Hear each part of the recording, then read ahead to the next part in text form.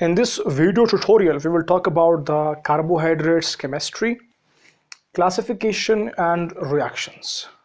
Coming to the term carbohydrates, what actually the carbohydrates mean? Carbohydrates, this term is actually composed of two terms, that is, one is carbo, another one is hydrate. Carbo stands for the carbon and hydrate stands for the water.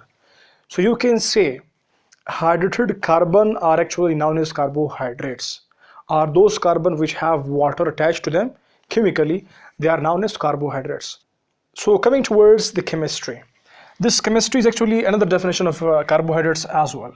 How? Like, carbohydrates are actually the aldehydes or ketones that have additional hydroxyl group attached to them. Very simple. When you have any kind of aldehyde chain or a ketone chain, so that aldehyde, if has additional hydroxyl group attached to it, then that aldehyde is known as a carbohydrate, or then that ketone which has additional hydroxyl group attached to it, then that ketone is also known as carbohydrate. Simply, any aldehyde or ketone that has additional hydroxyl group attached to its chemical structure is known as carbohydrate. So you must keep one thing in mind, that is about the carbon, hydrogen, oxygen, its ratio. In the carbohydrates, whether they are the aldehyde or the ketone, they must have the ratio of carbon, hydrogen, oxygen, like carbon should be 1, hydrogen should be 2 and oxygen should be 1.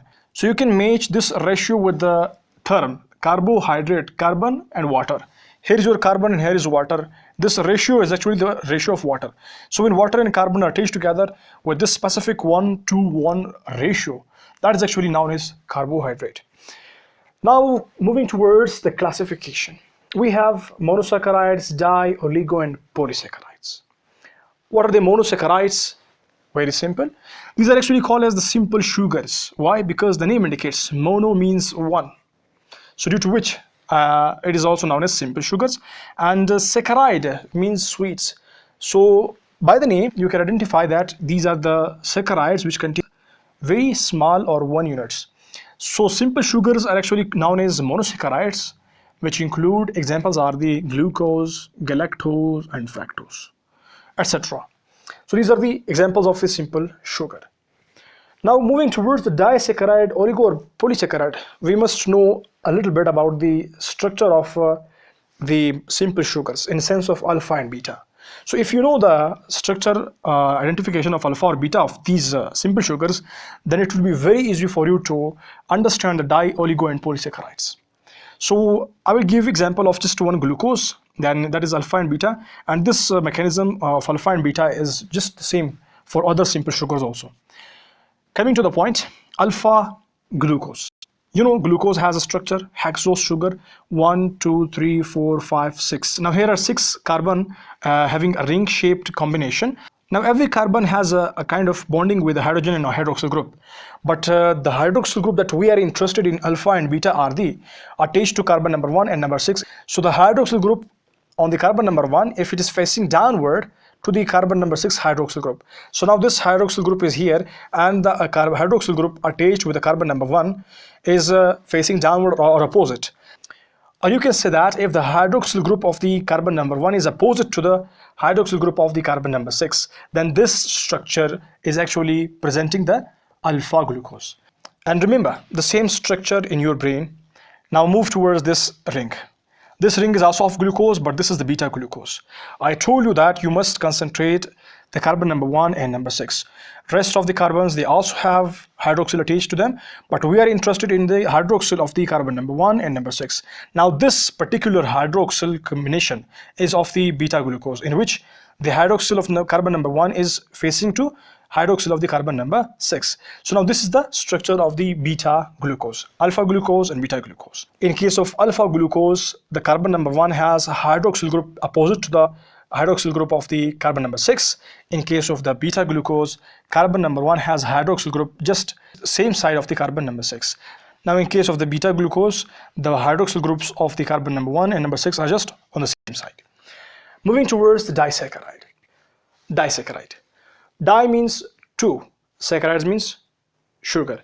So when 2 monosaccharides combine together, they make the disaccharide. How? Like, suppose example is maltose, lactose and sucrose. In case of maltose, glucose, glucose. Now here is one monosaccharide, another monosaccharide. One glucose, another glucose. These both monosaccharides are joining together and they are just making the maltose by means of a linkage of the alpha 1,4. Now this is the very point that I was making you people understand about. Now here two glucose, they will bind together by means of a bond. That bond is known as Glycosidic Bond, which is formed by the combination of alpha 1,4, means alpha glucose. Two alpha glucose, they will join together by means of 1,4, means one alpha glucose will use its carbon number 1 in bonding and another alpha glucose will use its carbon number 4 for bonding. So two glucose will bind together and those two glucose will be of the alpha shape. So when two alpha glucose, here is alpha, when two alpha glucose bind together, they will produce maltose, which is a disaccharide. Here we have the next example, lactose, in which glucose and galactose, these are joining together. Here what we have, both are having alpha structure. Glucose is also of alpha and galactose is also of alpha.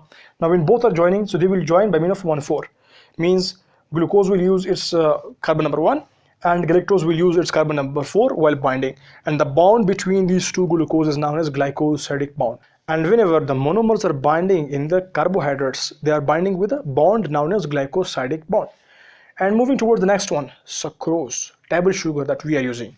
So it is actually the combination of two monomers. One is glucose, another one is fructose. Glucose is of the alpha type and fructose is of the beta type. So now these alpha glucose and beta fructose, they will join together by means of the bond that is alpha 1,2, means that alpha glucose will use its carbon number 1 and fructose will use its carbon number 2 by means which will form a bond. Like this the disaccharides are formed. Next we have oligosaccharide. Disaccharides, oligosaccharides we actually put in one category, but when the chain increases from 2, 3, 4, 5, 6, 7, means less than 10 or less than 9. When the monomers less than 9 join together, we put them in the category of oligosaccharides. Very simple. Oligosaccharides and disaccharides are just same. Polysaccharides, when several number of monomers, more than 10, when they join together, so they make a complex structure that is known as polysaccharide. That carbohydrate is actually a polysaccharide. And we have polysaccharides of two types, Homo Polysaccharides and heteropolysacharide. Homo Polysaccharide is that one in which all the monomers are same. Homo means same. So when one glucose monomer, another glucose, when same type of monomers join together and they make a polymer, that is called as Homo Polysaccharide. And we have another one that's called heteropolysaccharide. Now what is heteropolysaccharide? Hetero means other than. So what is other than? In this polysaccharide chain, which is a very big chain, in this we have glucose and some other moieties, some other components, some other compounds like glucose, fructose and amino group or amine compounds may be attached to form a polymer. So such kind of polymer which has glucose, fructose and some other moieties like amino, then this kind of polymer is known as heteropolymer and that polysaccharide is known as heteropolysaccharide. Now what are the examples of the Homo Polysaccharide? We have examples in the plant like starch, in the animals like glycogen, and in the microorganisms like dextrin. And one very interesting example is of the cellulose, which is actually the unbranched. Now here we use the word unbranched. I will make you people clear about this unbranched a moment later. First I will give you an example of the heteropolysaccharide.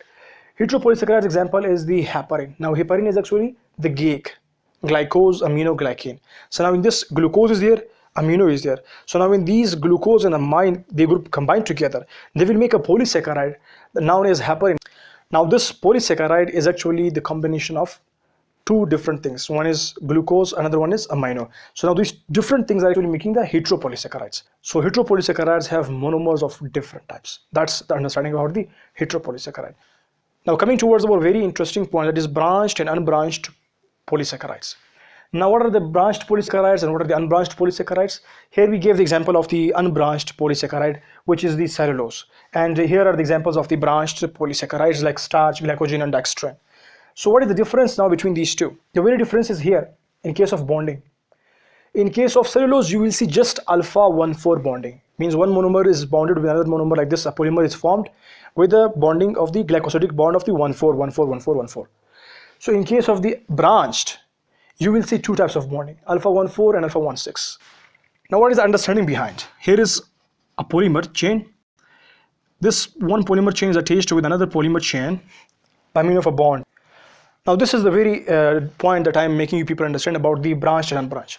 If two polysaccharide chains are joining by means of a glycosidic linkage, we call it as branched. And this glycosidic linkage will use 1,6 mechanism, means that one monomer of one polymer chain will use its carbon number 1 and another one will use its carbon number 6 to form a glycosidic linkage. And in case of unbranched, what will happen? In case of unbranched, two polymer chains will join together by means of the hydrogen bond. So if two polymers are joining together by means of the hydrogen bond, we call it as unbranched. And if two polymer chains are bonding by means of glycosidic bond, we call it as branched. So this is the classification of the carbohydrates. Now moving towards the reactions. There are several types of reactions of carbohydrates with another compounds. But the reactions that make the carbohydrates are two. What are those reactions? Condensations and hydrolysis. When monomers, if I give example of two monomers, when two monomers join together, that type of reaction is known as condensation. During the joining of two monomers, what will happen? Water will be released. So one monomer, another monomer, when they join together, they will release the water and they will form a dimer. Dimer means two monomers combination. So now this dimer is actually formed, which is due to the release of the water. Such kind of reaction is known as condensation reaction of the carbohydrates. And the carbohydrates have another reaction known as hydrolysis reaction, in which what will happen? So if you take the same condensed dimer, and if you add the water in this condensed dimer, what will happen? This dimer will break into two monomers. Now this type of reaction is known as hydrolysis, by means of which you added the water, and by means of water you did the lysis breakdown.